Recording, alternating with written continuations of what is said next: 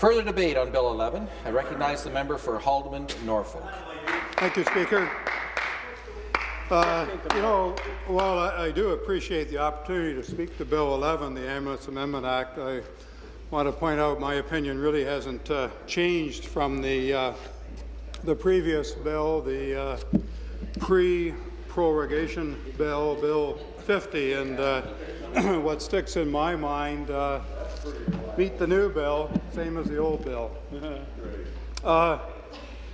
Speaker, this government's duck and hide really has done nothing to change this new bill, this new proposed legislation from, in my view, nothing more than a thinly veiled attempt to cover up for an unsupervised, government-paid free-for-all at Ornge Air Ambulance Services, obviously putting patients' lives at risk and obviously costing taxpayers hundreds of millions of dollars. Now, before I go there, Speaker, and after sitting for a number of months on the Public Accounts Committee, I think it is important to turn the clock back and to take a look at what has happened, to follow the trail. I know there's been some criticism of looking back on what went wrong. I refer to this as evaluation, something that's very important to determine why there has been this lack of oversight, this lack of transparency, this lack of accountability. If you go back to 1977, at that time Ontario established the helicopter airplane-based, what was called the Aero Medical Program associated with Sunnybrook. They contracted out with private operators, not only for aircraft, but for pilots, for paramedics. 2005, this government, the Ministry of Health, announced it was appointing a not-for-profit Ontario Air Ambulance Corporation, and it didn't take very long before this was renamed Ornge.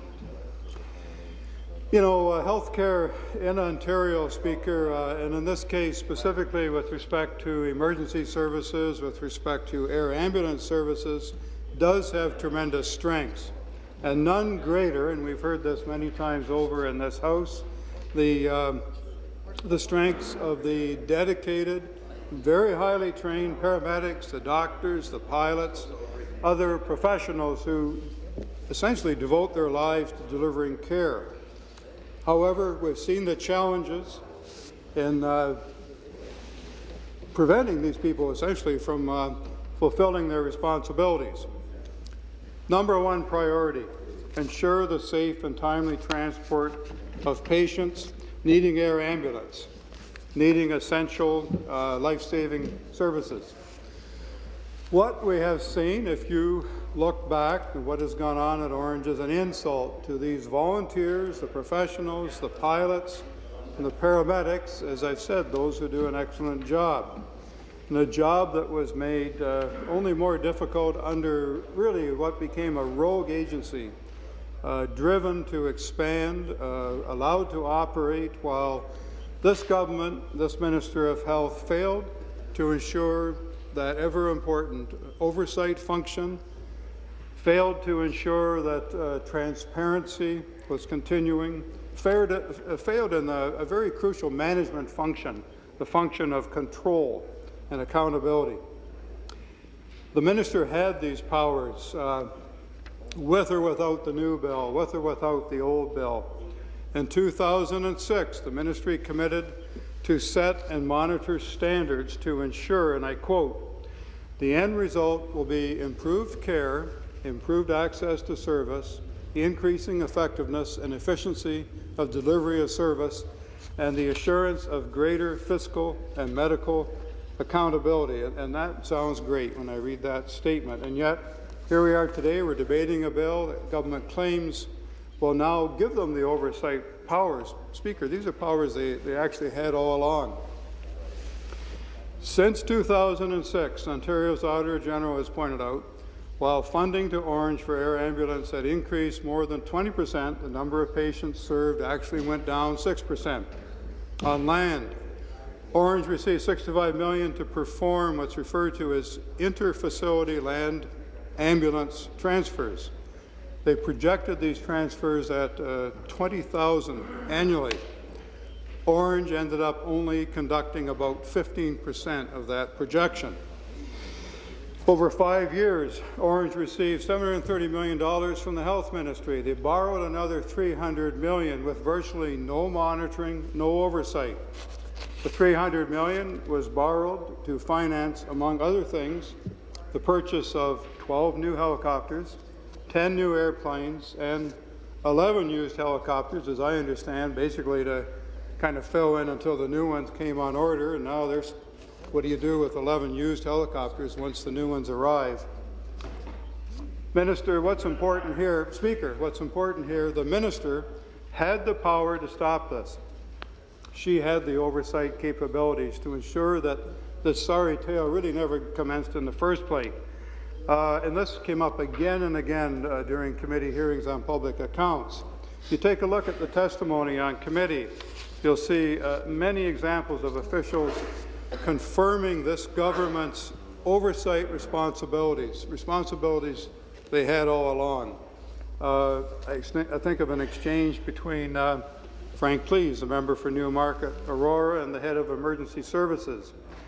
Mr. Cleese asked for any indication, and he was referring to Article 15 of the original performance agreement that was struck between Ornge and the Ministry of Health.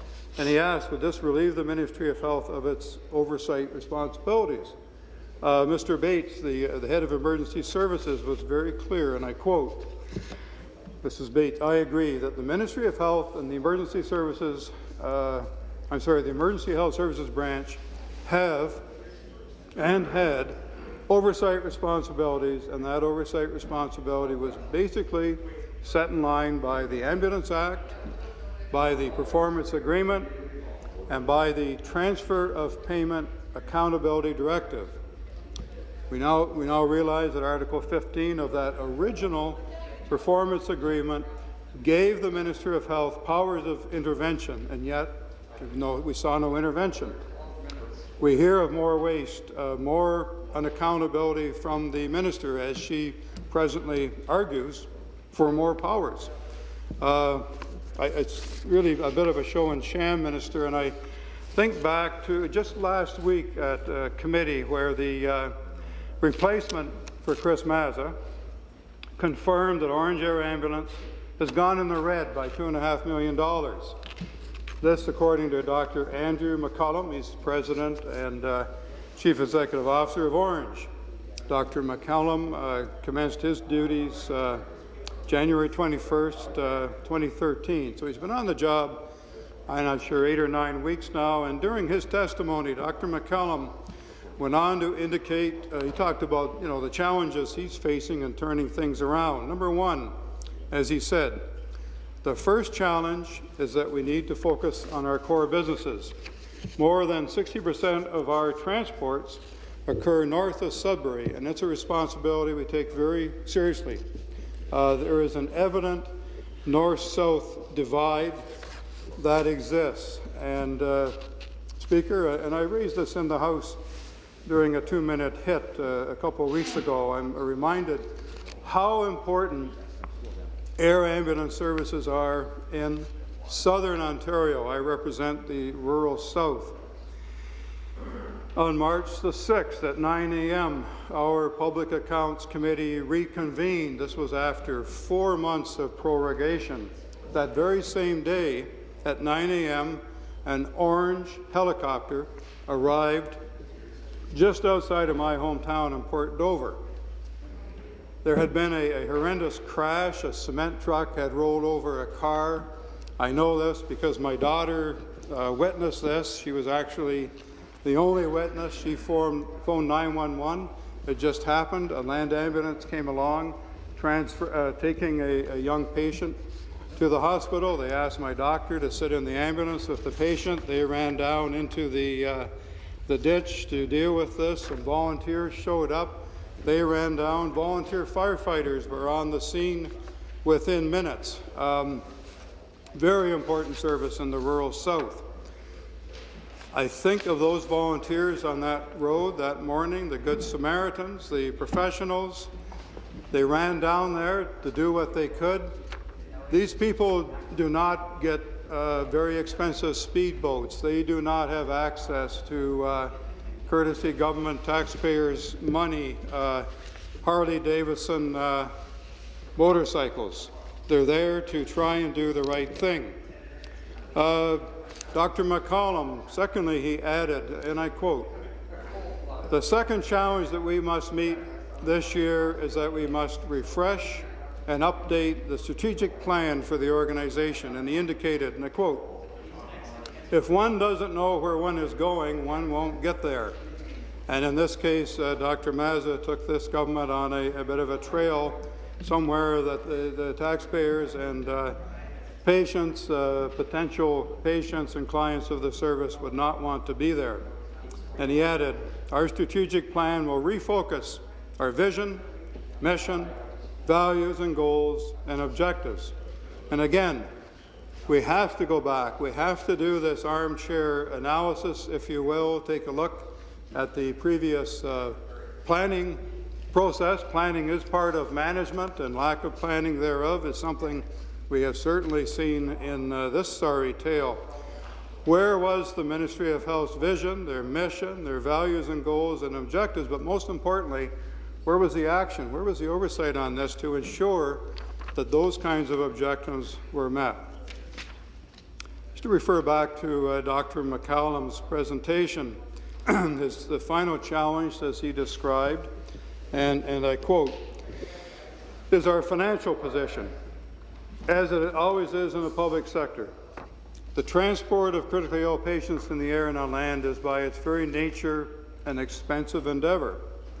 On top of that, we are dealing with the implications of financial decisions made under previous leadership. While handling the situation will not be easy, we're fortunate that there are real opportunities to correct these problems. Well, here's a problem, Speaker. Ornge is over budget. It's gone in the red. And now we discover they have handed out $2 million in employee bonuses. Speaker, $150 million a year flows into Ornge. As I've indicated, money that was wasted on Harley-Davidson choppers, a speedboat, kickbacks for helicopters not suited to conduct CPR. Now government is awarding employee bonuses of $2 million, leading to a $2.5 million deficit situation. So here we are. There's more work to be done as a result of things that are going on virtually as we speak.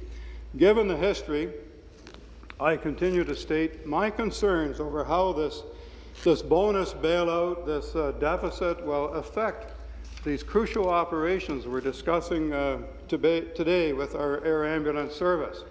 How that will affect patient care? Where will the money be found? Will there be cutbacks in other essential services to pay for these bonuses?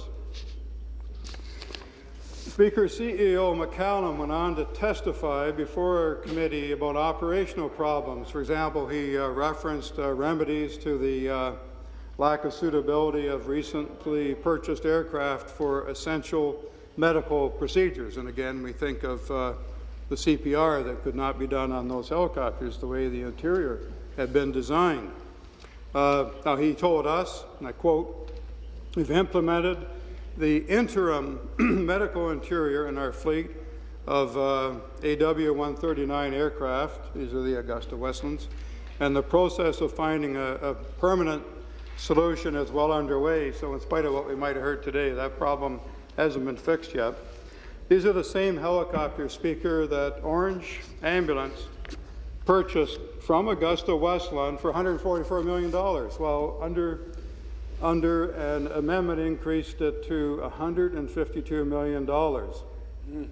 This followed up, and we learned of a $6.7 million reported kickback to Ornge's, quote, for-profit arm. And I will point out, Speaker, all of this is now part of an OPP investigation. I'd hope to refer to this shortly. These helicopters, Speaker, they were delivered. They were fraught with design issues, specifically concerning loading, unloading of patients, concerns around patient care, patient safety concerns. The design issues specifically included, first of all, the height of the stretcher in the interior of the helicopter. The interior wasn't high enough to accommodate. Secondly, the ability or the inability of paramedics to access and treat a patient, not only hampering CPR, but advanced airway management, intubation, and other procedures. Ornge went back to the manufacturer, advised them of the design problems. The firm claimed that the project was completed in accordance with the specifications provided by Ornge. Again, how do these things happen?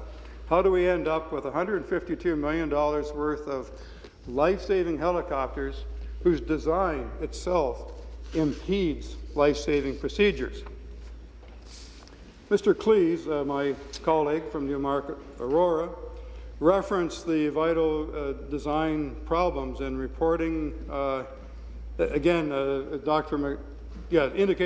McCallum an accident that occurred July 17th, 2011. Again, Mr. Cleese. On arrival at the scene of a motorcycle accident, the single primary care paramedic on board the helicopter informed local and EMS that due to the interior design of the Ornge helicopter, he would be unable to perform CPR on a patient. The patient was transported by land ambulance and died en route. As Mr. Cleese pointed out, interior that cost us millions of dollars was designed by an individual who's still on your staff, referring to the CEO, and had responsibility to oversee the design of those interiors. Mr. Cleese' question, have you ever had discussions with him about this issue, and how could he have allowed that to happen?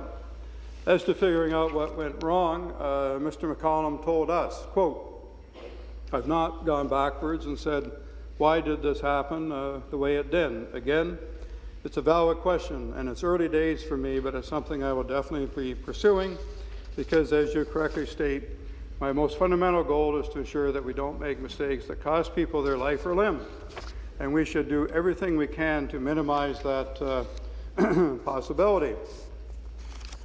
So, Speaker, again, evidence, the lack of oversight